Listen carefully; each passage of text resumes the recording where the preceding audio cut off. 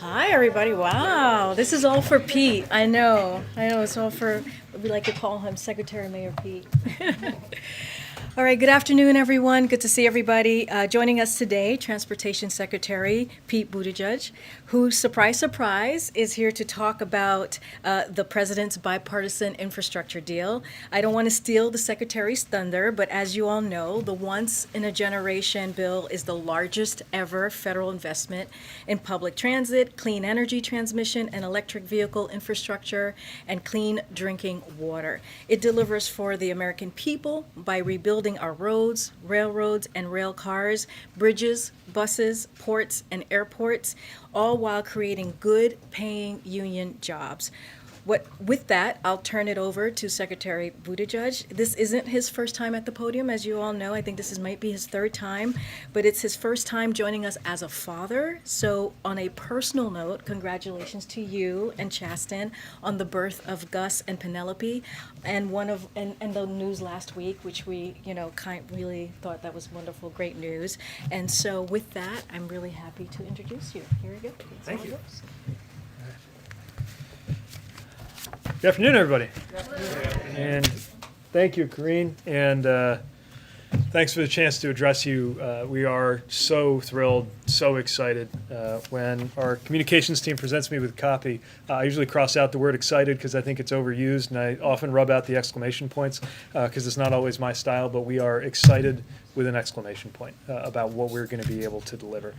We are so thankful to everybody who's played a role in this, thanks to members of Congress on both sides of the aisle. President Biden's historic bipartisan infrastructure deal will now become the law of the land. And it couldn't come at a more urgent time. I can tell you in the 10 months that I've been in this job, I have traveled the country and seen the state of our infrastructure firsthand. I saw mesh nets hung under bridges to catch pieces of concrete that fall off from time to time, century-old tunnels corroded by seawater that hundreds of thousands of people depend on every day, roads where community members are installing memorials to lives lost in preventable traffic crashes, highways that have cut communities in two. Infrastructure is so elemental to our society that when it's not there to serve us in the right way, all of us are impacted. But when it is, when it's strong, every community, large and small, rural and urban, privileged and marginalized, every community feels the benefits. When combined with the Build Back Better Act, the bipartisan infrastructure deal, which collectively I like to think of them as the big deal, an answer to the New Deal or the Square Deal before that, they're going to create a generation of good union jobs. They're going to make historic investments in equity and in the fight against climate change. They're going to make sure that America can compete and win in the decades ahead. This is the largest investment in roads, bridges, and highways since the creation of the interstate highway system, including the largest investment in our bridges ever, so that we can avoid devastating closures and disruptive collapses like we've seen, including what we saw in Tennessee and Florida and far too many other places. It's also the largest investment in public transit ever, with funding that will expand service to communities of all sizes, including improvements for seniors and for people with disabilities. It's going to replace thousands of outdated buses with clean zero-emission vehicles and aging rail cars with state-of-the-art new ones. It's the largest investment in passenger rail since the creation of Amtrak itself, and transformative impacts in traffic safety will be achieved. And it's going to strengthen our supply chain by improving our ports, our airports, and our freight rail. It's going to dramatically increase funding for major projects. Every year we have our discretionary programs, RAISE and Infra, where we support projects that are vitally important for local economic development and the national supply chain. We're going through the current round of applications for RAISE right now. And for every dollar that we have to give out, there are about 10 in impressive applications coming in. This allows us to grow those programs that we can use in very direct ways to address the issues of our time. I'll give you an example from the Infra round of grants that happened earlier this year. We announced funding for a project in Georgia. It's an inland port to help goods move onward from the port of Savannah. It is to create a new 300-plus mile freight connection between the seaport and the inland port that makes it faster to get the goods out of the port and then sort them so that they can get on the way to shelves. But like I said, for every good project like this, there are many more that are worthy but that we can't support. This helps us to change that. Later today, I'll be headed to Glasgow, and there look forward to discussing how this legislation can help ensure that transportation, which is the biggest sector contributing greenhouse gases in our economy, can be a big part of the solution. We've seen so many impacts of climate change on American lives, on our transportation systems themselves, and that's part of why this plan includes funding to put people to work electrifying our power grid, make our infrastructure more resilient to extreme weather, and build out a national network of 500,000 electric vehicle chargers and expand public transit, as I mentioned earlier, which is also a huge part of the climate solution. And of course, there's a lot beyond our transportation elements of this: lead pipes, cleaning up pollution, broadband, and more. But what all of these investments have in common is that they will create jobs. Pipe fitters to replace those pipes, electricians to install those EV charging stations, auto workers to build the cars that plug into them. We need mechanics maintaining transit vehicles, drivers operating them, construction workers rebuilding those roads and bridges. And most of those jobs will be available whether you have a college degree or not, which is why the president often talks about this as a blue-collar blueprint for American competitiveness. And it's a generational investment in every sense of the word, something that means a lot more to me now as a new father, because this is how we do right by the next generation before it's too late. So thanks again, and eager to take some questions. All right. Go ahead, Jeff. Secretary Buttigieg, thanks for being with us. Congrats on the birth of your children. A question about the bill. This bill gives your department an unprecedented amount of discretionary funds, $100 billion in competitive grants. Can you spell out how you plan to prioritize that money, and just give us a sense of what projects you see or we should expect to see getting money and getting started first? Yeah, so our department has been gearing up, hoping that this bill would pass, and now that it has, we've taken it to the next level. I would break it into two parts. Part of it is handling increased funding for programs we already have, like discretionary programs such as RAISE, formerly known as Tiger, and Infra. There, what you're going to see, within the framework, of course, that the law puts forward, is an emphasis on projects that, taken together, give us extra value in the priorities of this administration: economic strength, safety, climate, equity, preparing for the future. And we see a lot of projects that overlap in that sense. Again, if you look to what we funded with the last round of Infra, that'll give you a sense, and you'll see that when we announce the RAISE projects for this year too, but we'll have so much more to work with. Then there are areas where we have to stand up whole new programs. Safe Streets for All. We've never had a multi-billion-dollar safety initiative like that. Reconnecting communities, which we've been talking about all year, responding to where sometimes it was federal dollars that divided a community, often along racial lines. I think the intent of those programs is clear, but the mechanics of those, we've got to work very hard to make sure that we get it right, that the criteria are transparent, that it is easy to understand how to apply, whether you are a big city with full-time staff here in Washington, D.C., or a small rural community trying to navigate that federal process. And of course, that all those dollars are spent accountably, because we're talking about a lot of taxpayer money. Do you have something in place? Sorry, just a quick follow-up. Do you have something in place to prevent mismanagement of that money and fraud? Absolutely, yeah, and that's something that I know is also happening at the administration level. There will be, and the president made this very clear to us in the cabinet when the rescue plan dollars came through. We know that we're going to be held to a very high standard by the president as well as the public. So we have an executive council with the deputy secretary and undersecretary as well as myself, paying close attention to how we can make sure we have all of the right controls, the right rigor to make sure these dollars are spent well. Secretary Mayor Pete, could you give us the breakdown of the implementation of Justice 40 with the infrastructure package that's now passed and signed into law? And also, can you give us the construct of how you will deconstruct the racism that was built into the roadways, as you talked to the Griot earlier when you broke that information with us? Can you talk to us about how that could be deconstructed? For sure, yeah. So the principle of Justice 40 is that at least 40% of the clean investments in this bill will go to benefit the communities that are overburdened and underserved. So part one of that is defining those investments that are eligible, and that's a lot of it, and we're working to map out kind of program by program, mode by mode, what would qualify. For example, if we're buying clean buses, right? How do we make sure, in terms of where those buses go, but also looking at the business opportunity, the jobs that are going to be created, the businesses that will have a chance to compete for the business opportunities it creates. That, too, I think is a very important element of equity here that's in the spirit of Justice 40. And again, we have a lot of guidance and oversight from the White House, since that's an administration-wide initiative. But we know that we've got to build our own internal kind of ways of aligning and defining that inside the administration. As to where we target those dollars, I'm still surprised that some people were surprised when I pointed to the fact that if a highway was built for the purpose of dividing a white and a black neighborhood, or if an underpass was constructed such that a bus carrying mostly black and Puerto Rican kids to a beach, or that would have been in New York, was designed too low for it to pass by, that obviously reflects racism that went into those design choices. I don't think we have anything to lose by confronting that simple reality, and I think we have everything to gain by acknowledging it and then dealing with it, which is why the Reconnecting Communities, that $1 billion, is something we want to get to work right away putting to work. But that's such a heavy lift. I mean, you have to reconstruct communities that this happened to.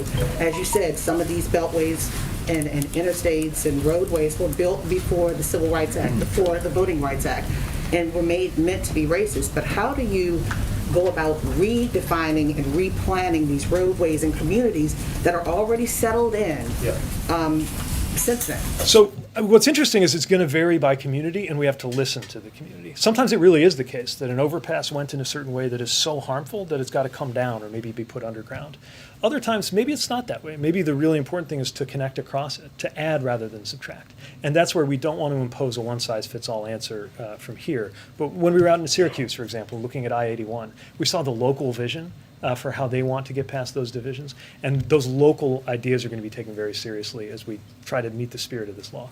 Thank you, Secretary Buttigieg. You just said this bill and the passage of it could not come at a more urgent time. So do you know when President Biden plans to sign this bill? I'd have to refer you to my White House colleagues on that, but I'll tell you that I'll be there with bells on. But he has not signed the bill yet, right? And can you talk about what the campaign to sell this bill is going to look like, given it will take time for some of these projects to actually go into effect and to be completed, and the White House is 1 year out from the midterms, of course, which they have tied this bill to? Well, I expect that that'll be led by the president traveling to show where the need is and where the action is. But I'm certainly eager to be part of that effort.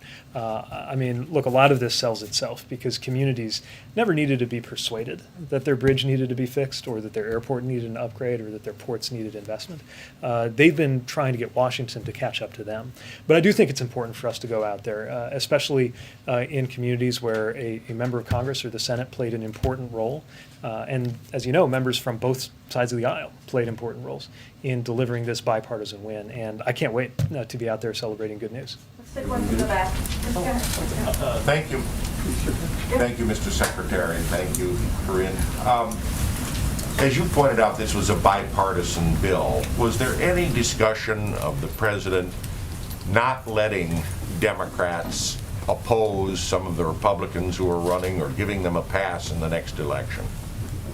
Not that I've been part of, but what I'll say is that we're really proud of the bipartisan character of this bill, and the conversations that we had, it wasn't transactional like that. It didn't have to be because these investments were already so good for the communities that these members represented. There are times when you ask somebody to take a tough vote. To me, these provisions were rightly so popular that the only thing that was tough was for some Republicans to stand up to those who wanted them to choose party over what was right for their community. So there was no discussion from your side about the partisanship of it? I don't ever remember talking about, when I was talking to any member of either chamber of either party, talking about campaigns and elections in that way.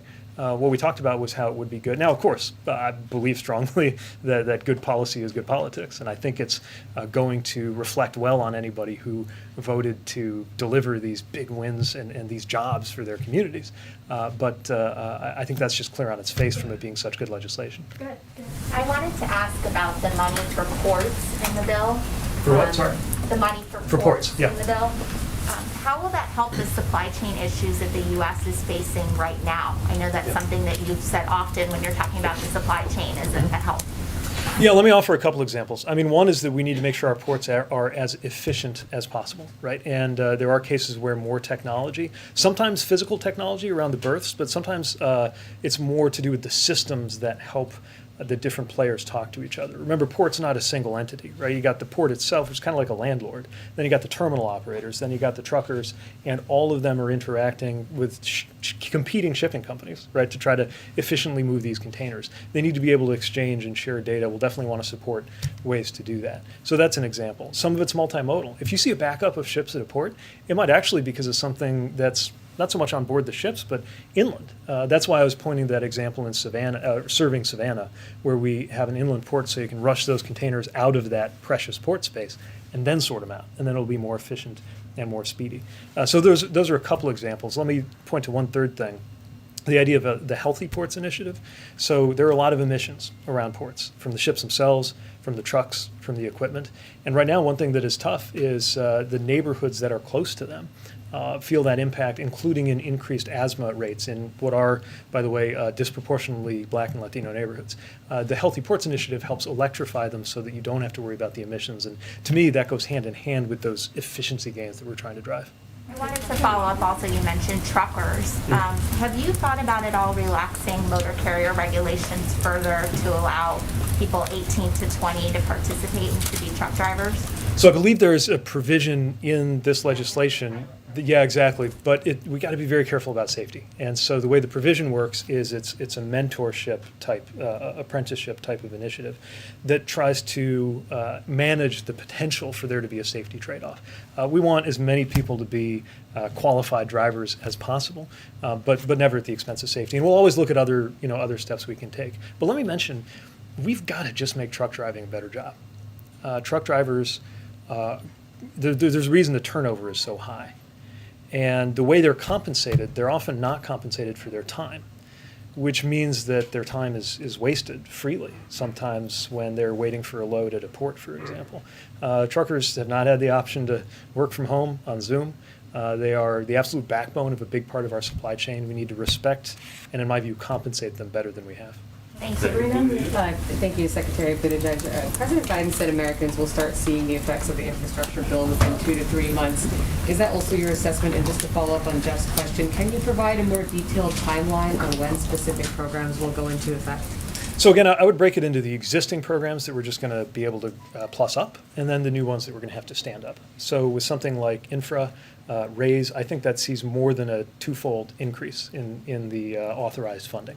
So here you have, and by the way, they're not waiting on us in Washington to invent these construction projects, right? The communities are applying with them, and then we're just able to fund that many more. And we're already, even though I'm going through the applications for this year's raise program now, we will, in very short order, be working on next year's, and you'll see a notice go out. But again, some things, we need to stand up a whole new program. Safe Streets for All, Reconnecting Communities, Healthy Ports.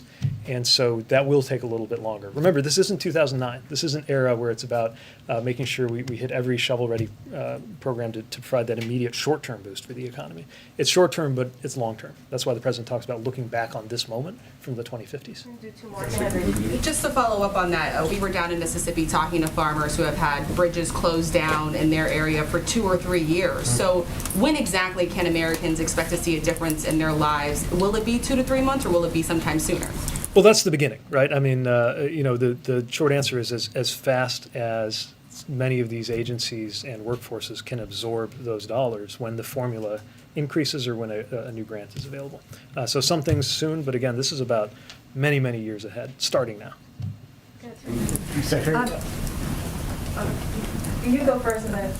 Quick follow-up on Jeff's question. On when you're reviewing the applications, do you have adequate staff at DOT to review all the applications all together? And then I have one more question. Great question. Yes, but we're going to have to grow as well. And that's one of the things we've been working on is how to make sure we're staffed up properly and how to make sure we're organized properly. I mean, we're talking about, I believe, $660 billion over that stretch of years that we need to manage responsibly. Of course, there's an admin dimension of that to make sure that we have the right staffing, human power. In terms of the highway money that will go directly to states, is there something that you can do to encourage or to make sure that that money isn't used to just widen roads and encourage more people to drive? Because I know that's been a concern of some of the progressives in the transportation community. Right. I mean, this is not just about adding. This is about being smarter in terms of how people move around. Now, the best way to allow people to move in ways that are better for congestion and better for climate is to give them alternatives. So I know our transit funding doesn't sound like a highway policy, but actually part of what takes the pressure off the highways is this unprecedented historic funding for transit, right? Having said that, we're certainly, when there's any discretion involved, so especially on the discretionary programs, we're going to think about what's really going to help solve the problem. Sometimes you add lanes to a road, you just get that many more cars, and you're no better off in terms of congestion or pollution. We're also interested in some of the performance measures that are being contemplated as part of the second round. But with this legislation, we definitely have the tools to make a positive difference on that front.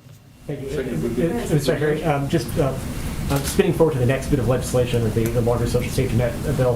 The House version of that legislation includes paid family leave. The Senate has indicated it will be stripped out. They didn't make the President's framework a couple of weeks ago. You just came off some family leave. That's something you can talk to about the benefits of that, and then number one, and then number two, given your experience, do you think that it should be a red line for the President to keep that in there so that all Americans have access to that benefit? Well, the President put forward a framework that he's confident can pass the House and the Senate. I think it's also no secret how I feel about family leave and how the President does, which is why he proposed it, I think campaigned on it, and will continue to fight for it.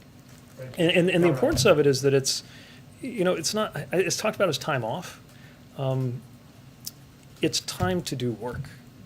Good work, joyful work, meaningful work, but it's time to do important work. But let me also say, as a new parent, thinking about the difference that will be made by what's in the framework, the universal access to 3- and 4-year-old preschool, making childcare affordable for families across the spectrum, that child tax credit, I mean, that's going to be huge, and it's going to make such a big difference for new parents.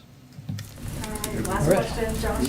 Hi, thank you. Can we circle back to your other hat as supply chain czar, for lack of a better. On the trucker issue, the Teamsters have said that these truckers should be unionized, should be treated like other stakeholders. Do you agree with that? Should they be able to unionize? Well, we're very pro-union. One of the things we're proud of is how this legislation will create more good-paying union jobs, and I think truckers who are unionized have more of those protections in terms of their health, in terms of their compensation, and that has a lot of benefits in terms of their effectiveness. Look, if you have an industry with 90% turnover, 90% per year turnover at the larger employers of truckers, there's clearly an issue with the quality of the job. And one tool for improving the quality of that job is union representation. But the administration has been silent on the Teamsters' specific call for this. So you're endorsing the short-haul truck drivers? I don't know if you're applying that to a particular employer, but what I would say is that we believe in what unions can do to enhance the standing of workers in any industry, and but also for independent truck drivers. I mean, it's very clear that there's an issue with what happens when they get to the gate of a port, for example, and that largely has to do with compensation structures across the industry that are over and above what the union issue speaks to. Bottlenecks are still in Los Angeles and Long Beach, or are they moving in the most recent weeks as steps have been taken to sort of ease the congestion? So I think we've certainly seen, we've seen some steps that are, we think, making a big difference there in terms of moves to clear the containers, obviously the 24/7 ops. But look, the bottom line is, and I think this is important, not everybody may be following this, it's not that the ports are moving less goods, that they've somehow been less able to move. They're moving more goods than ever. It's just that it's still not keeping up with the demand. National Retail Federation predicts an all-time record high this year, and that's enormous pressure. And whenever you have enormous pressure on a system, you will find the weakest links in that system. And that, frankly, could pop up at any juncture around the U.S., which is why we're very focused on LA Long Beach, because that's 40% of the containers coming in. But anywhere, including 1,000 miles inland, at some multimodal facility that's gummed up. I mean, anywhere in the country you can see these issues. So are they not the bottleneck anymore? Are they not the bottleneck anymore? Or is it moving to different? I guess what I'm saying, it's not a matter of the bottleneck, right? It's a matter, literally anywhere in our economy there is a relationship between a manufacturer, a shipper, and a retailer. There are 1,000 points in that chain where something can go wrong, and we're seeing a lot of those points reveal themselves because of the enormous demand, the constraints on supply, the outdated infrastructure that all runs across, and then the fact that the pandemic is poking holes in all of the above, which is why the other thing I think is important to point out, having seen shortages in, started with toilet paper, then it was beef last year, the best way to end a pandemic-related shortage is to end the pandemic. And that's why the vaccine push is so important. Okay, great. Thank you so Thanks. much. Thank you. Thanks again. Really great being with you. Secretary. Thanks. Have a seat, Chris.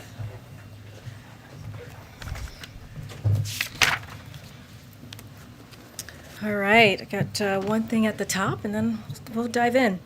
So later this afternoon, the First Lady will kick off a nationwide effort urging parents and guardians to vaccinate eligible children.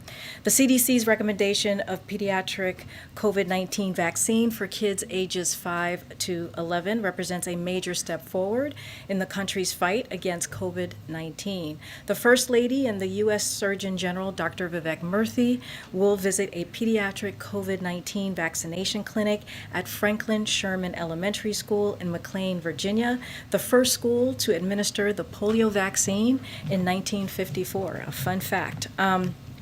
Coupled with First Lady's push on Monday, Secretaries Becerra and Cardona sent a Dear Colleague letter to school superintendents and elementary school principals across the nation to take a series of steps to encourage children vaccinations, including by holding vaccination clinics at schools, hosting community conversations with pediatricians about the importance of vaccinations for children, and to answer parents' questions about the vaccine, and providing parents with trusted information about the vaccine as well. The administration is also encouraging districts across the country to set up school-located vaccine clinics by using their American Rescue Plan funds to help operationalize these clinics, and by using providers through the federal retail pharmacy program to administer a vaccine. With that, Zeke, go for it. Thanks, Karine. We heard some initial White House response to the Fifth Circuit staying the OSHA rule, the vaccine or test mandate that was really take effect at the very beginning of next year. Is the White House concerned that the legal wrangling surrounding that rule could delay the implementation of that? And what's the administration's message to businesses and Americans, who are subject to that rule? So broadly speaking, at least on the confidence, defending a policy is not a new thing from an administration, regardless if it's a Republican or a Democrat administration. This is something that happens all the time. The administration clearly has the authority to protect workers, and actions announced by the president are designed to save lives and stop the spread of COVID-19. And as DOJ said, they will be defending these lawsuits. But I also want to step back for a second, because there is precedent here. The Department of Labor has a responsibility to keep workers safe and the legal authority to do so. The Secretary of the Department of Labor determines workers at risk, or what is called the grave danger. And if you look around, and if we really zero in this past year, more than 750,000 people have died of COVID. You have approximately 1,300 people a day who continue to die a day, as I said, from COVID. If that's not a grave danger, I don't know what else is, right? So I want to be really clear as well, is that the Congress empowered OSHA through a law that has been in the books for more than 50 years. So this is an authority that we believe that the Department of Labor has. We are very confident about it, and just to say, this is about keeping people safe in the workplace, and it's critical and it's important to do, and so that's the message that we want to send out. And simply to a business owner who sees the headlines that the rule's been stayed now, should they prepare their employees now to get vaccinated, or should they wait while this law is No, that's a great question. I appreciate the question. We think people should not wait. We say do not wait to take actions that will keep your workplace safe. It is important and critical to do, and waiting to get more people vaccinated will lead to more outbreaks and sickness. So this is about keeping people in a workplace safe. And what we're seeing is more businesses and school closures and most lost jobs, and keep us stuck in a pandemic that we're trying to end. Like, we do not want that to happen. We're trying to get past this pandemic. And we know the way to do that is to get people vaccinated. So people should not wait. They should continue to move forward and make sure that they're getting their workplace vaccinated. And just follow up on Caitlin's question to Secretary Buttigieg earlier. What will the president's sales pitch look like on the infrastructure bill when he signs it? Is he going to be traveling? Is he going to be sending his cabinet out there, and particularly at this time, given the lessons learned from the Affordable Care Act and other Democratic priorities, the importance of actually going out and selling it. How important does the president believe that sort of his voice out there talking about the benefits of that bill will be to his legacy? Well, it's critically important, and you've traveled with us. We've been across the country, in different regions of the country, where the president has talked about his economic policy, Build Back Better Act, and the bipartisan infrastructure, and it's critical. This is a once in a generation investment that the president talks about. We talk about. I mean, this is one of the reasons we had Secretary Buttigieg here, is to have that conversation and continue to talk about the key components in here, which is the roads and also, let's not forget, climate change and the bridges and the ports, all of the things that we need to make sure that there are good paying union jobs, and make sure that we are investing in our country, make sure that we are competitive with China. So the president's going to continue to have those conversations, continue to hear from him. He will travel and make sure that, to your point, the American people hear directly from him about the importance. But also, you'll have the cabinet secretaries out there, you'll have his White House officials out there. And so it is important to sell this, but for the people to understand that this is going to make a transformational change in their lives, an investment that we haven't seen in my whole entire lifetime. And it's going to be critical and important. Thanks, Karine. The president has indicated that he will be making a decision on the Fed chair soon. He appears to have interviewed 2 candidates. Can you give us an update on anyone else he's interviewing, and give us any sense more on the timeline? So I cannot confirm any interviews that he may or may not have had. Somebody asked me about this on Friday. Look, I mean, the president spoke to this last week. You were with us in both Scotland and in Rome, where he was asked that question. I believe in Scotland he was asked that question during his press conference. And so I don't have any announcements for you today. The president will continue to engage with his senior economic team in a careful and thoughtful process to appoint a Federal Reserve chair. And that's all I have for you today, Jeff. One other topic. The president's and the vice president's poll numbers have been falling. How big of a concern is that for this White House, particularly with an eye towards the midterm elections just a year from now? Are you talking about a particular poll? No. No, just in general? So, look, one of the things that I want to say is, like, we are confident that our policies will improve the lives of nearly every American. And so grow our economy and create jobs. That's our focus, to make sure that we continue to push the president's economic policies. And, look, polls are all over the map, and that's not going to be our focus right now. The president was also asked this last Tuesday, and he wants to make sure that we deliver for the American public, and that is what we're going to focus on. And also, like, poll after poll, including the poll that you may be thinking of, or other polls that are out there, has showed us the components of the bipartisan infrastructure deal and the Build Back Better framework are very popular. And that's important to note. And American families want to see these historic investment in infrastructure. They want to see it in care. They want to see in competitiveness. They want to see in this addressing the climate crisis. And so that's what we're seeing, and that's what matters as we're moving forward, is delivering for the American public. Thank you. To follow up on what Jeff and Sabrina were trying to ask the Secretary, the President said Americans would feel the impact of the projects within 2 to 3 months, but I didn't hear a single specific project that will be launched. So has the administration identified any? I don't have anything, and I don't have anything to announce as to any specifics. We'll have more on the implementation of this as the days go by, the weeks go by, and so stay tuned. We'll have a lot more to share. But as you can imagine, implementing this is critical and important to us. If you look at the American Rescue Plan, which we believe was a success, that's one of the reasons we saw the job numbers that we saw on Friday, with 531,000 jobs in the last month. So we want to continue making sure that we deliver, and so just like we did with the American Rescue Plan, we'll make sure to do this with the bipartisan infrastructure framework as well. For so long, you and President Biden have talked about the urgency of passing this bill.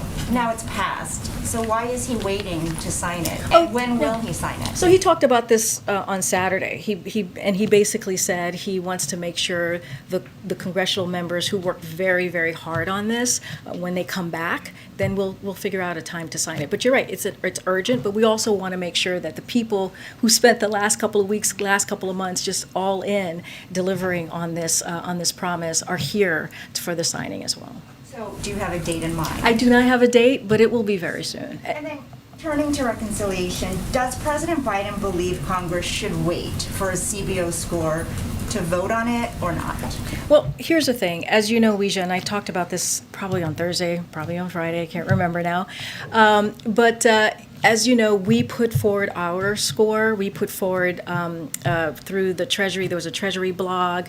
There was also the JCT that put out a number as well, which was the kind of the first part before the CBO puts out their number. And we said that there's more. It's going to be more than paid for.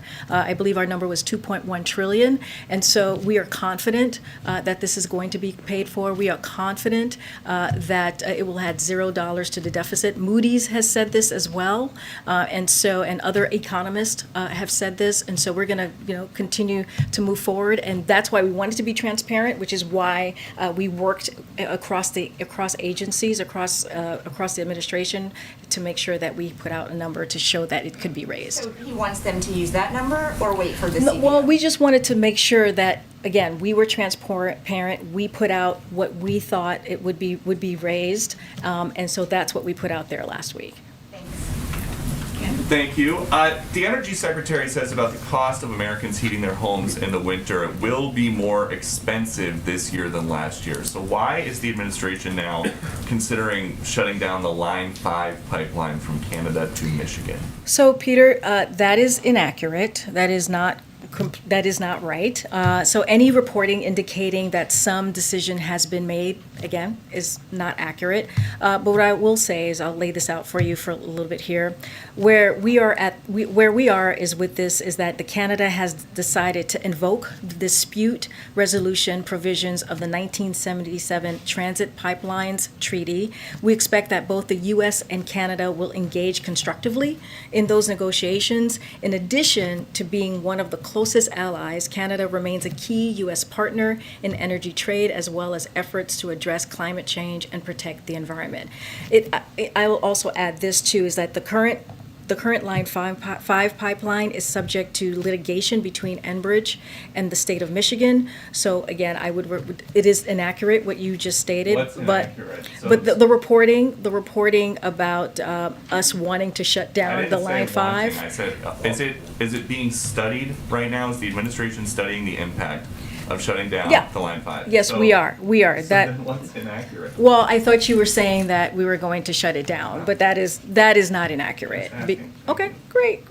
But the Army Corps of Engineers is preparing an environmental impact to look through this. Okay, and then now that the president is on the record as of Saturday supporting compensation for illegal immigrants who are separated from family at the border, who counts as separated? If somebody was just separated for a few hours or a few days, would they be eligible to settle a suit and get this payment from DOJ? So, Peter, I will direct you to the Department of Justice for any specifics on that. You've asked us this question, we have answered it, and I will refer you to the Department of Justice on any specifics. Great detail, though, about the policy. So if he can answer it, I'm curious. Going back to 2018, some illegal immigrants were given a choice: get deported alone or get deported with their kids. If somebody chose to be separated, chose to go back by themselves without their family, would they be eligible to settle one of these lawsuits? Peter, I'm going to refer you to Department of Justice. I don't have anything more to say, and I'm going to move on, okay? All right, thank you. Go ahead, Caitlin. Is the White House's assessment still that Democrats should be able to pass the second piece of this legislation, the Build Back Better agenda, by Thanksgiving? So we're going to work very hard to make sure that this gets done. As you know, on Friday, the House voted on a rule to make sure that on the week of November 15th, that it moves forward out of the House. And so we're going to just continue. The president on Friday was, burning the phone lines and calling members.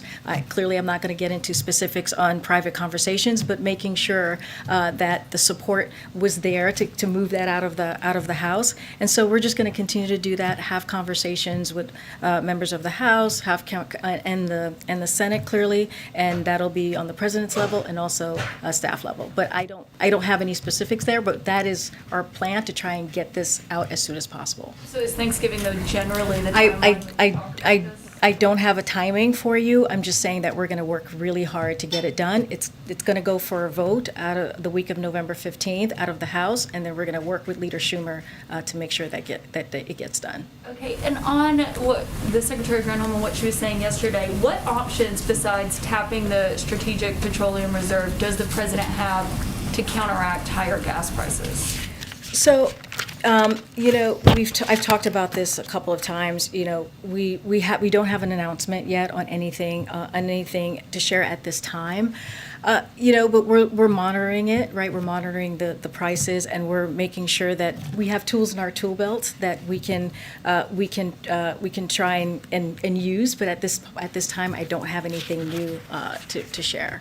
What else are you reviewing? Because Secretary Granholm has confirmed that is an option that's on the table, and the president has said there are other tools that he could potentially use. So could you just lay out what those other options are that he's considering? So I don't have anything specific here. The president spoke to this recently, but he's also asked FTC to crack down on illegal pricing, right? That is one thing that he did on gouging in the market, and the FTC is responding. But also we're going to continue to monitor the situation and have a number of tools in our arsenal, as I just mentioned. I don't have anything specific. Thanks, Karine. We know President Biden signed an executive order on September 9th that requires White House and agency employees to be fully vaccinated by the November 22nd. We know that a person needs 2 weeks after their last shot to be considered protective, so that means that workers would have to be vaccinated by the end of today. So do you have an estimate of how many in the federal workforce are on track to meet these requirements? So agencies will release their vaccination rates once they complete their process, but I just wanted to say vaccine requirements, as we all know, as we've talked about here, work. We already know the Department of Defense is at 97% of their active duty troops vaccinated, and we're seeing strong compliance across the federal government. Tens of thousands of federal workers get vaccinated each week. Additionally, agencies are moving forward in real time with collecting vaccination and compliance data, and as expected, numbers continue to rise as we approach the deadline and more federal employees input their documentation. So federal workers have until November 22nd to get vaccinated, and as we have made clear, the deadline is not a cliff. For employees in compliance, they will go through education, counseling, accommodations, and enforcement as it's standard to their agency. But again, agencies will release their own numbers. And we guys like them to be transparent about that, releasing the data? Oh, absolutely. They will be transparent. Can you, just following up on the Line 5 thing, you said the Army Corps of Engineers is studying the prospect of closing it, or just studying it genuinely? So, happy to. So the Army Corps of Engineers is preparing an environmental impact statement on Line 5 and the construction of that replacement line. So that is at issue here. The EIS will help inform any additional action or position the U.S. will be taking on the replacement of Line 5. This is consistent with the President Biden's commitment that every infrastructure project, potential pipelines very much included, must undergo a full and fair review that considers the environmental impact that those projects would have. And so, any other further information on that, I would refer you to the Army Corps of Engineers. The administration is waiting on the result. We're waiting, right? There's a review, and we're waiting. Going back to the Fed question earlier, one of the members of the board announced his resignation today. Do you have any comment or reaction to Governor Quarles' reaction? Yeah, I don't have anything on that for you, but this obviously just happened a couple of hours ago, and so we're certainly thankful to Randy Corliss for his service, and I'm sure the president will engage with his senior economic team and in a careful and thoughtful process to find a replacement. Do you see any link? You have 3 spots to fill over the coming months aside from Chairman Powell. Is there any link between the number of vacancies and your decision whether to keep the chair? In other words, does having an opportunity to remake the board without switching the chair factor into the president's decision at all? Oh, I'm not going to go into what the president, how is he's making his decision. All I can say is that this is incredibly important to the president, and he's taking this very seriously. Is this a days, weeks, or months thing? I don't have a timeline. I know this is an important question. I know you guys are so into it. I know.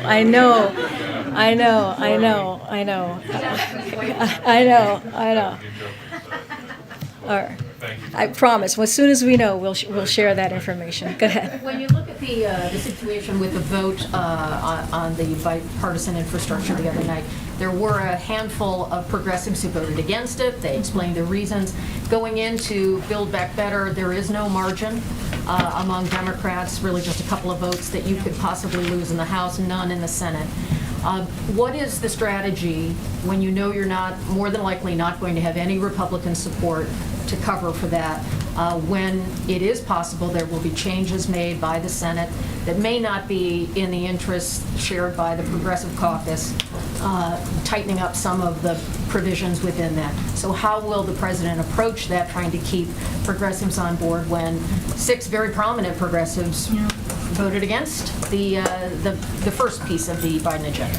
You know, Kelly, I'll say this. You know, we're going to approach it the same way we approached the American Rescue Plan, right? Which people thought we weren't going to get that done. We're going to approach it the same way we approached the bipartisan infrastructure framework, which folks said we wouldn't make that happen.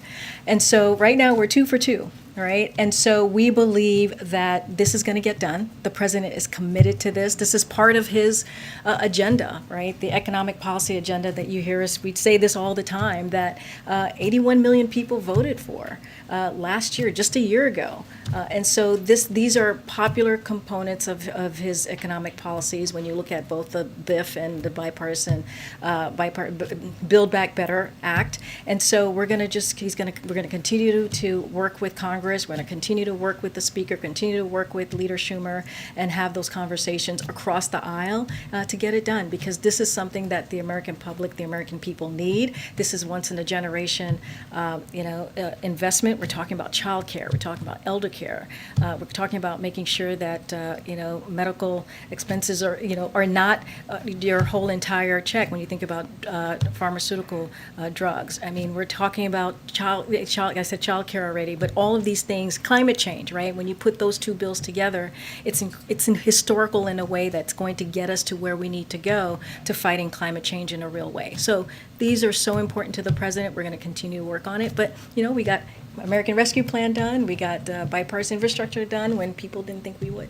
Do you expect the president will add sort of to his daily briefing the update on what's happening with infrastructure projects and things, so that there will be an inflow of information about what these projects are in a practical sense?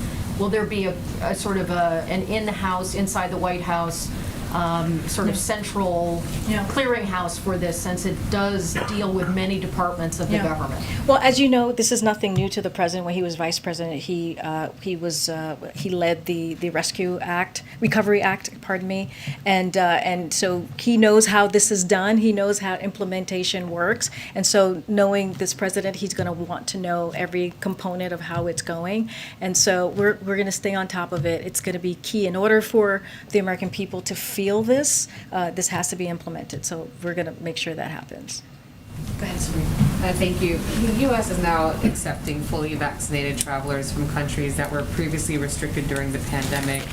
Given how rapidly the Delta variant spread here within the United States over the summer, why are there still no vaccine or testing requirements for domestic travel? So, we say this all the time, everything's on the table. We just don't have any announcement to preview right now on this. So I don't have anything more to share on the domestic travel. Separate topic, but before his foreign trip, the president signaled he was considering some possible changes to the filibuster, and would have more to say soon.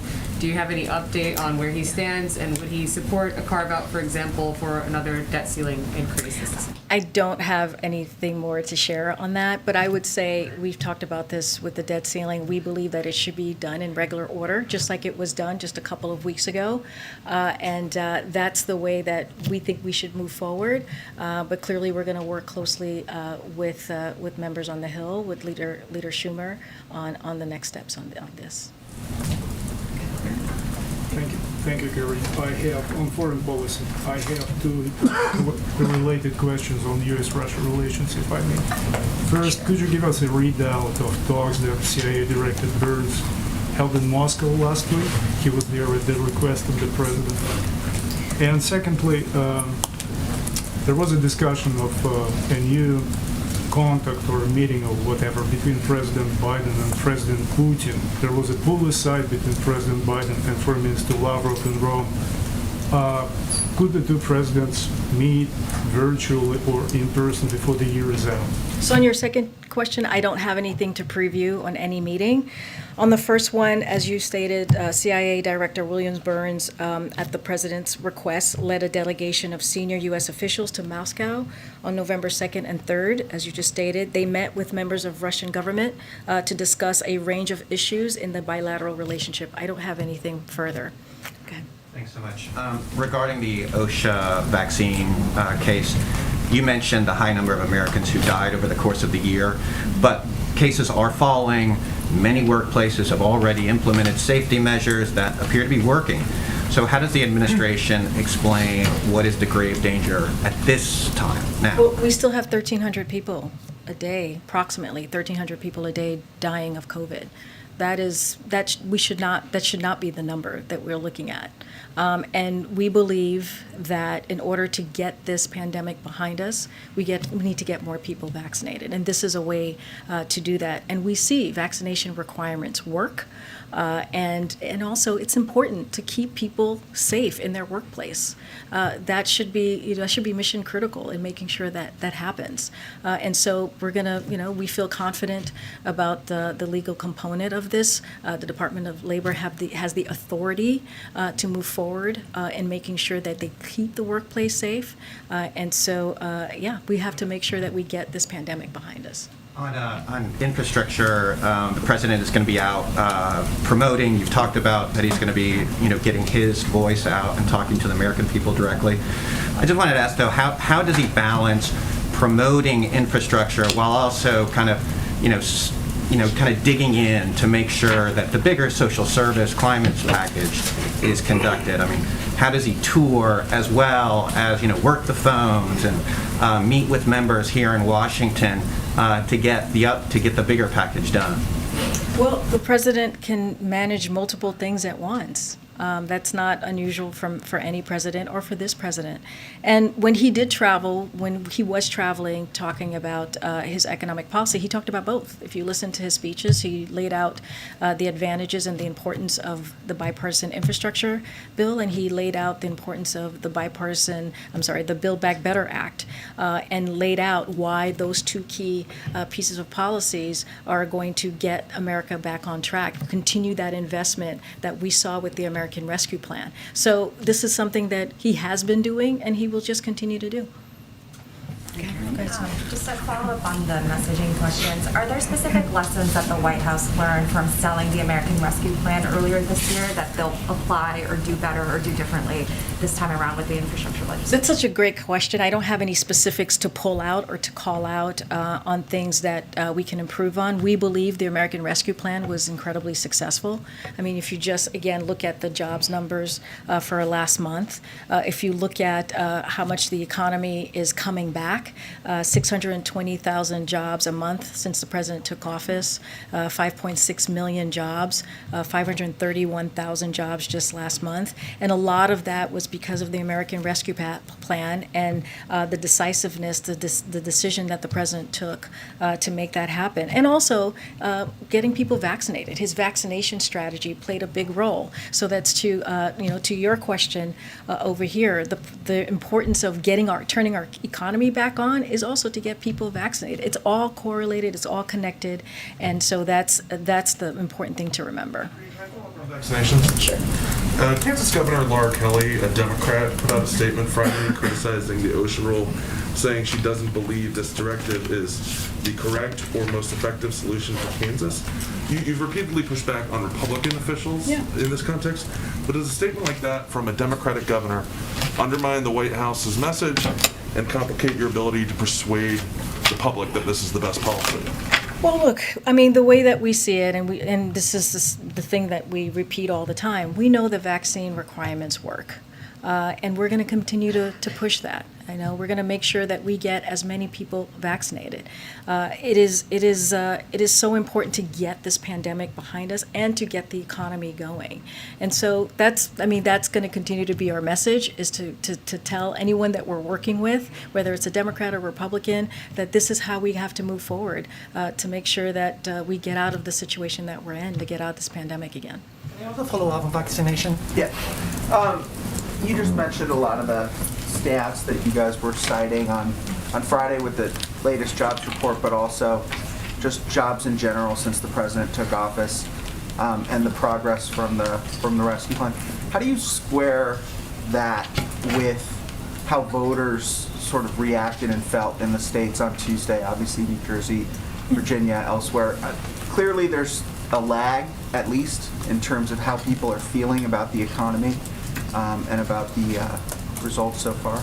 So, it's basically what the president said, which is why I think it was a huge step forward that the bipartisan infrastructure plan got passed last Friday, and that's in to credit the members in the House and both chambers actually, and also the president working in partnership with them. And so we have to deliver. That's what the president said. We have to deliver and make sure that the American people see what we're doing here in Washington D.C. So we're going to continue to do that. Build Back Better is going to get done. We're very confident about that. You heard the president say that himself on Saturday, and he's going to work very hard to deliver that.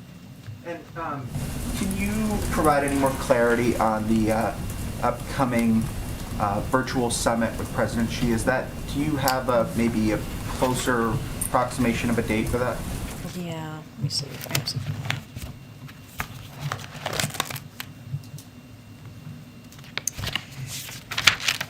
So, as we've said, we have an agreement in principle with the PRC that President Xi and President Biden will have a virtual bilateral meeting before the end of the year. This is part of our ongoing efforts to responsibly manage the competition between our countries, not about seeking specific deliverables, so I want to make clear on that, and working level discussions are underway to confirm details, but I don't have any updates for you at this time or announcement on a time on this. Say whether that's going to be before Thanksgiving or after?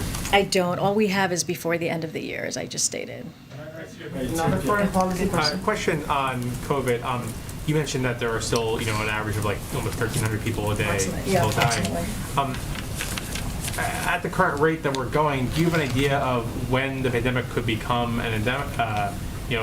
Could cease to be a pandemic, and what does the end game look like at this point? Yeah, I do not know. I would refer you to public health experts, the CDC.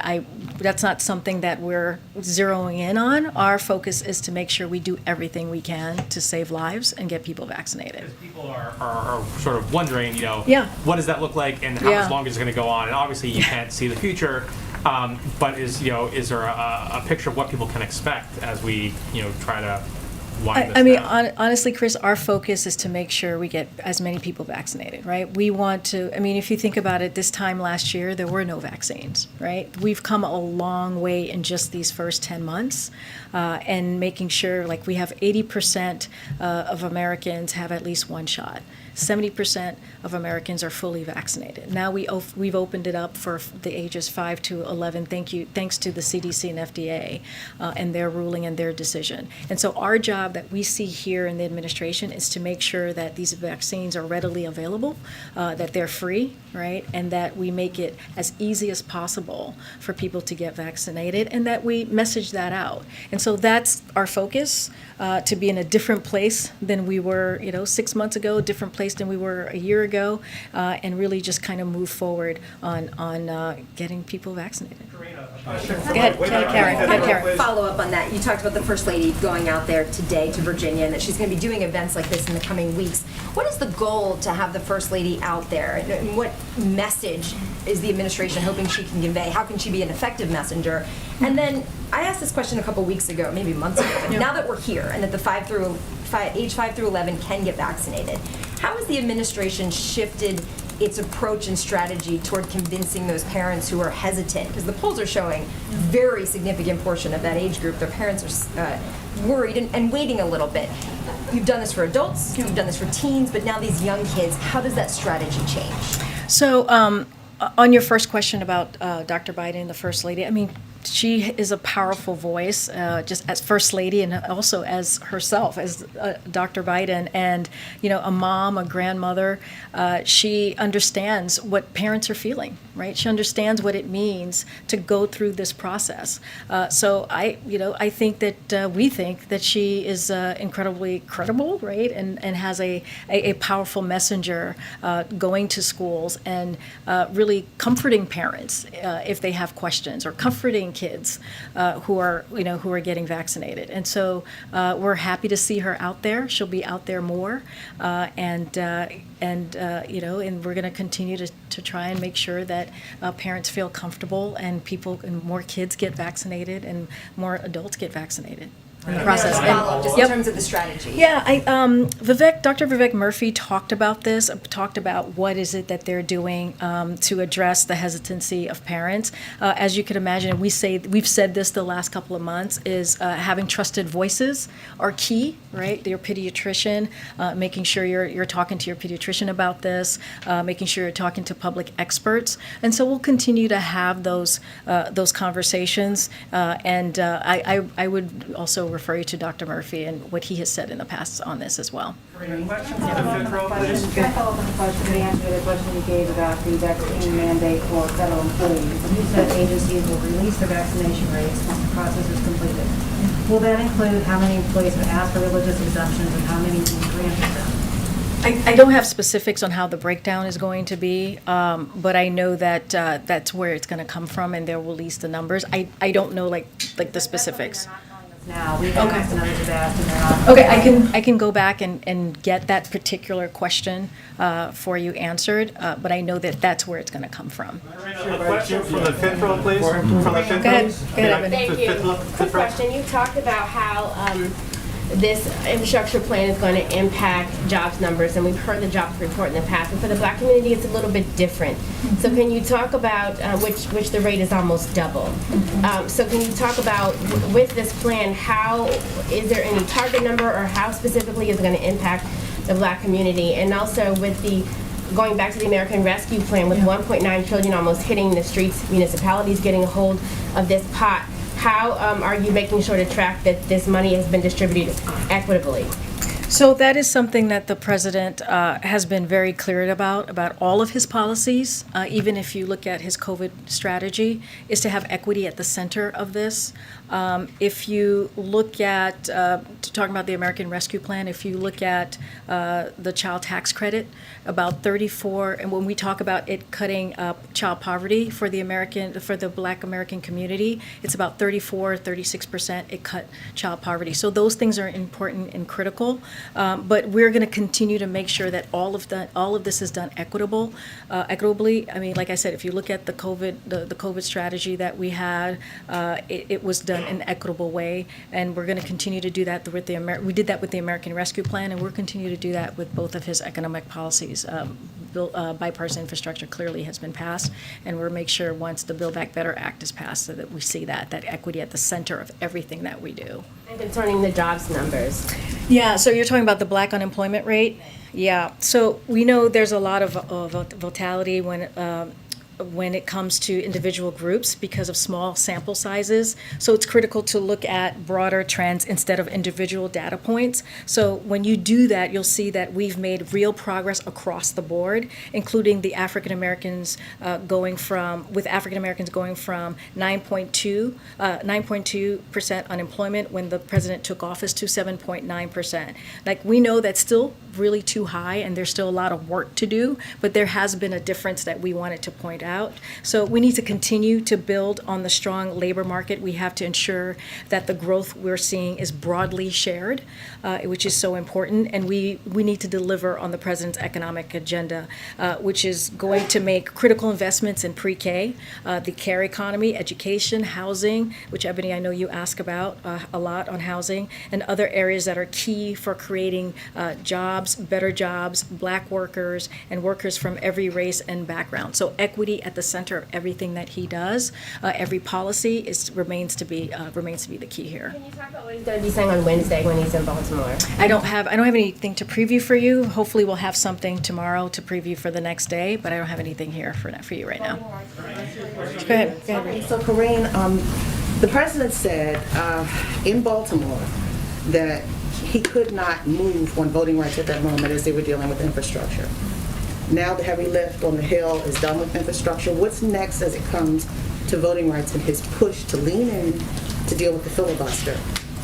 Yep. So as you know, in March, the president said he had an open mind about dealing, this is quotes, about dealing with certain things that are just elemental to the functioning of our democracy, like the right to vote, like the basic right to vote. We've amended the filibuster in the past. So he's open to it. I think someone just asked me that question. I don't have anything new on that particular piece. But look, the president is committed to making sure that the fundamental right to vote still exists, right? And is going to continue to fight for this. And he's done things within the administration to make sure that we're dealing it and doing everything that he can from the power of the White House. So the president's historic executive order in March, which agencies have now submitted action plans for, working to double the voting rights staff in the Civil Rights Division at DOJ, and appointing at the vice president at her request to lead the administration-wide effort using the bully pulpit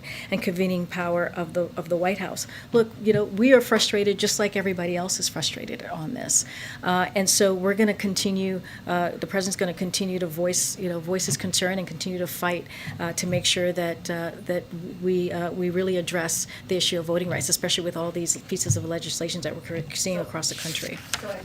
Does the president believe that he's racing against the clock in dealing with the filibuster and voting rights? I think he sees this as a very important issue that needs to be addressed.